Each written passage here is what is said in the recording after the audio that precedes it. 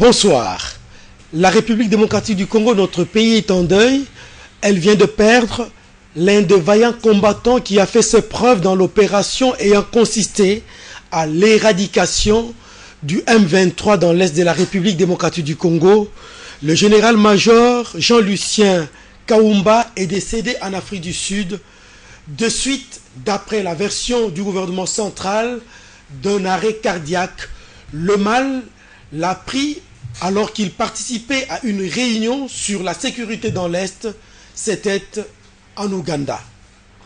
Mais cet événement malheureux intervient après que la plateforme, la famille politique du chef de l'État se soit réunie, comme d'habitude, à Kingakati pour examiner la question relative à la révision ou non de la Constitution, mais également plancher sur la question du virus d'Ebola qui sévit plus précisément dans la province de l'Équateur. Pour en parler, je reçois aujourd'hui un communicateur de la majorité présidentielle. Il est en même temps président du bureau d'études stratégiques BEST. Il s'agit de M. André-Alain Atundu-Liongo. Bonsoir, monsieur. Bonsoir, je suis quand même le président national de la Convention pour la démocratie. Ça, j'allais ajouter tout de suite, merci de le faire. C'est à cette qualité que oui, effectivement. Je suis membre. Et en ce qui vous concerne plus précisément, ça je dois le dire en toute franchise et du fond de mon cœur, que M. Alain Atundu, de par mon expérience personnelle de journaliste, figure parmi les rares politiques qui se sont distingués en ce qui concerne mes émissions par leur ponctualité. Aujourd'hui, par exemple, M. Alain Atundu est venu exactement à l'heure convenue, d'ailleurs avec 5 minutes d'avance. Pour ce, M. Alain, je vous dis de tout cœur merci, ce en mon nom et au nom de toute l'équipe de production. Je vous en prie, c'est une déformation professionnelle. Alors, nous allons à l'essentiel. L'essentiel, je venais de le dire tout à l'heure, c'est la mort du général Jean-Lucien Kaumba. Et cette mort intervient plus ou moins 7 mois, 8 mois, peut-être aussi 9 mois après la mort du colonel Mamadou Ndala, toujours héros dans l'opération consistant à l'éradication de M23. Selon l'opinion, surtout l'opinion de l'Est, cette mort paraît suspecte. Voilà pourquoi les femmes des militaires ont tenté de manifester. Hélas, elles ont été dispersées par les forces de l'ordre. Comment vous appréhendez d'abord cette mort? Est-ce que vous avez connu personnellement le général-major Lucien Kaumba? Le général s'appelait Baouma. Baouma, oui, d'accord. Baouma. Oui. Je voudrais d'abord m'incliner respectueusement devant la mémoire d'un grand militaire, un grand combattant qui a donné un sens à son serment. En son serment de militaire, et à aucun moment il n'a fui ses responsabilités, il était sur tous les fronts et voilà qu'il est tombé sur le champ d'honneur parce que c'était pendant des séances d'évaluation en Ouganda sur la situation à l'est du pays. Il est évident que dans l'opinion nationale et l'opinion générale de nos populations, un responsable ne peut mourir de mort naturelle. Et donc la mort inopinée dans des circonstances inédites du général Baouma a suscité une vive émotion parmi les femmes des militaires et c'est ce qui a expliqué cet élan spontané d'une sorte de marche dans la ville de Béni, je crois, et même à Goma. Donc ça c'est tout à fait normal, mais le communiqué de l'état-major général du ministre de la Défense d'hier, d'ailleurs, fait état d'un accident cardiovasculaire.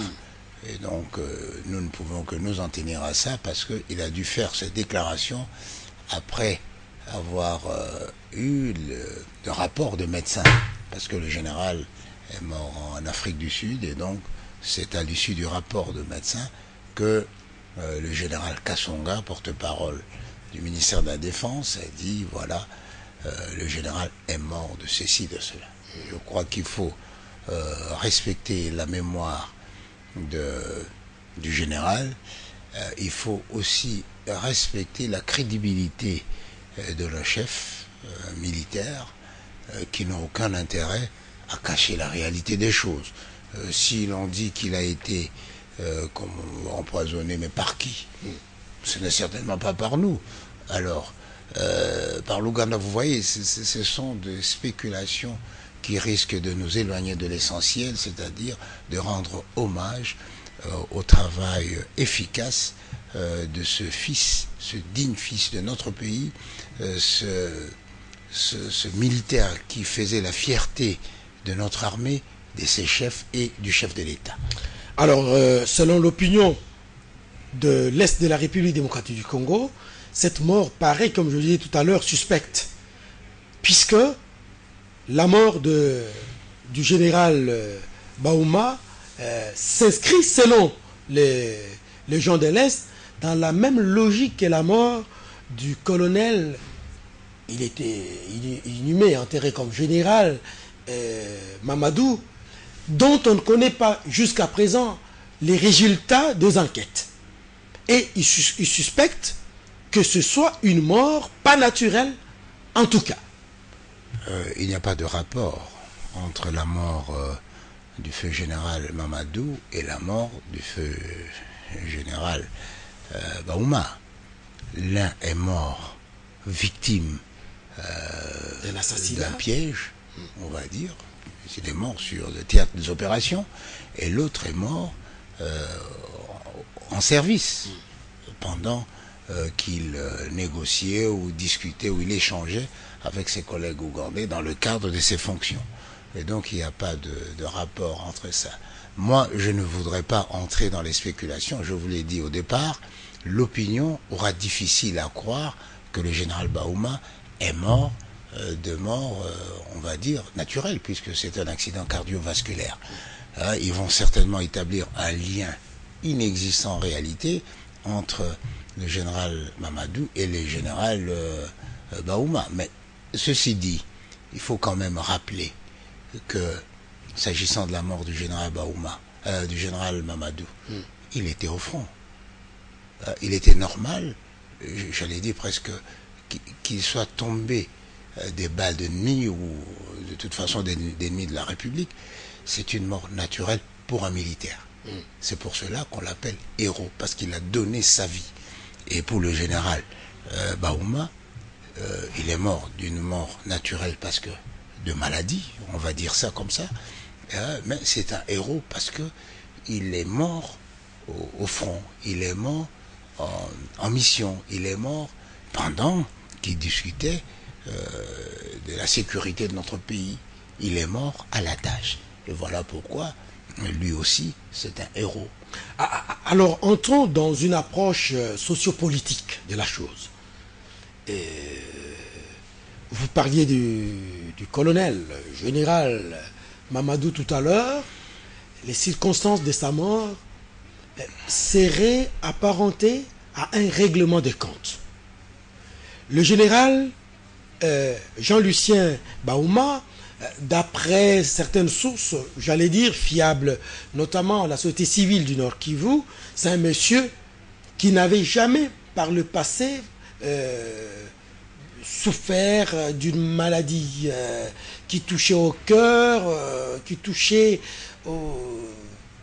j'allais dire à un dysfonctionnement cardiaque, et que d'après l'opinion, il devrait y avoir une cause extérieure immédiate qui lui a donné la mort.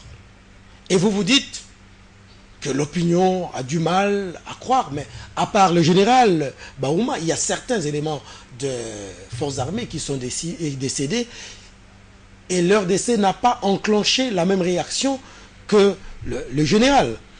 Ça c'est normal parce que le général c'est un grand combattant dont les hauts faits d'armes étaient de notoriété et notamment appréciés par les populations du Nord Kivu, du Kivu en général, vaincre le M23 et finalement tout ce qui le soutenait faisait que le général jouissait de la même estime, du même attachement que le général Bumba, que le général Mamadou. Alors, est-ce que le gouvernement peut envisager une autopsie? Est-ce que le gouvernement a attendu cette réaction? C'est tout à fait normal. Le général est décédé, il doit y avoir des actes médicaux pour déterminer la cause de sa mort et les circonstances, et c'est à l'issue du rapport des médecins que le ministère de la Défense, le ministre de la Défense, par la bouche du général Kasonga, a lu ce communiqué pour informer l'opinion nationale sur le décès et les circonstances du décès du général Baouma. Est-ce que vous avez une idée sur le programme qui est envisagé, l'expatriation du corps et puis les honneurs militaires, ainsi de suite? Mais je crois que nous devons attendre ce programme de la part du ministre ou du ministère de la Défense nationale. Jusqu'à ce jour, je crois que tout le monde est le porte-parole du gouvernement a promis des honneurs dignes de son nom.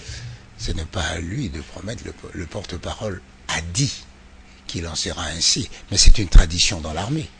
Lorsqu'un militaire tombe, il a des honneurs. Lorsqu'il est gratifié de la connotation de héros, il est évident que ça doit être quelque chose de spectaculaire pour marquer les esprits et servir d'exemple aux générations futures. Est-ce que, je reviens sur ma question tout à l'heure, vous avez connu personnellement il était chef de la 8e région militaire. Hein. Est-ce que vous l'avez connu personnellement? Je l'ai connu avant et plus particulièrement plutôt son grand frère, je crois, l'abbé, il était à l'époque abbé Sylvain Baouma, parce que nous étions au grand séminaire Jean 23 ensemble. Après, le général a eu des rapports sporadiques parce que il me connaissait en tant que petit de son grand frère, il me connaissait qu'en tant que son grand frère au sens africain, et donc, mais depuis qu'il est au Kivu, et depuis qu'il était au Kivu, je n'avais pas de rapport particulier, mais c'était un militaire consciencieux par ailleurs. Alors, un dernier aspect, hein, dans les rumeurs qui circulent dans l'Est notamment, et même ici à Kinshasa, d'aucuns pensent que il y a, on dirait, une tendance à vouloir éliminer certains hauts gradés de l'armée qui ne seraient pas du goût des gens de l'Est. Gens de l'Est, prenons le Rwanda, l'Ouganda, le Burundi, et qu'ils infiltrent les FARDC et ciblent ces gens-là. La mort, dois-je le répéter, est le lot commun de tout être vivant. La mort, au fond, est le lot commun de tout militaire. Notre armée, le chef de l'État, qui est le commandant en chef, le chef d'état-major général, le ministre de la Défense, n'ont aucun intérêt à nous cacher les faits. Si les médecins ont dit qu'il s'agit d'un accident cardiovasculaire, je ne pense pas que le ministre de la Défense soit qualifié pour contredire, même s'il est pharmacien de formation. En tout état de cause, il n'était pas là. Et il n'est pas médecin de toute façon. Alors, qu'est-ce qu'on peut tirer comme leçon de la mort de ces braves militaires qui tombent, comme vous l'avez dit ici, armes à la main? Quelle leçon? Que la mort du général Baouma, comme de tous ceux qui lui ont ressemblé, ceux à qui il a ressemblé, puisse servir de sémence à l'amour de la patrie, à l'amour de la démocratie, à l'amour de notre pays, à l'amour de nos populations, et que le mot sacrifice trouve ton sens, non pas seulement dans l'armée, mais dans l'administration, dans la vie de tous les jours. Chaque citoyen doit être capable de sacrifier sa vie pour la communauté. Alors nous avons appris également que certains activistes de droits de l'homme ont pris l'initiative de mener des enquêtes pour établir et donner un peu plus de lumière sur la mort et du général Mamadou et du général Baouma. Peut-être l'avenir nous en dira un peu plus, peut-être on en saura un peu plus dans les jours qui viennent. Bon, je crois que en ces circonstances, il faut toujours savoir raison garder. Les enquêtes sur le plan médical, c'est le fait des médecins et du personnel soignant. Les enquêtes sur les circonstances de la mort, c'est le fait des témoins. Les témoins, ce sont ceux qui l'ont vu s'écrouler en pleine séance de travail. Les témoins, ce sont les médecins qui l'ont vu s'éteindre à l'hôpital. Pour le reste, il faut laisser aux mains outillées, je veux dire aux services chargés d'enquête, de le faire. Nous avons une police scientifique. Si l'État, sans la nécessité, y trouve un point d'ombre, c'est de l'intérêt de l'État de démontrer que voilà, il y a telle zone d'ombre, voici le résultat. Mais il ne faut pas non plus jeter l'opprobre, la suspicion inutile sur des partenaires, sur des compatriotes. Non, c'est déplorable ce qui nous est arrivé. Il est regrettable que, après la mort du général Mamadou, qu'il y ait la mort du général Baouma. Ça intrigue. Mais comme disent les Portugais, un malheur ne vient jamais seul, il vient 3 fois. Un bonheur ne vient jamais seul, il vient 3 fois. Alors c'est pour dire que la mort et la vie font partie de l'existence humaine. Lorsqu'un être cher part, il est regrettable qu'il parte, mais on ne peut rien, c'est la loi de la nature, c'est la loi du monde. Je vous pose cette question en votre qualité d'ancien ambassadeur et de spécialiste en matière de sécurité. Est-ce qu'il y a, monsieur Atundou, des morts qu'on peut qualifier des morts politiques? Non, de toute évidence. Il y a des assassinats politiques. Il y a quelques jours, on a commémoré en France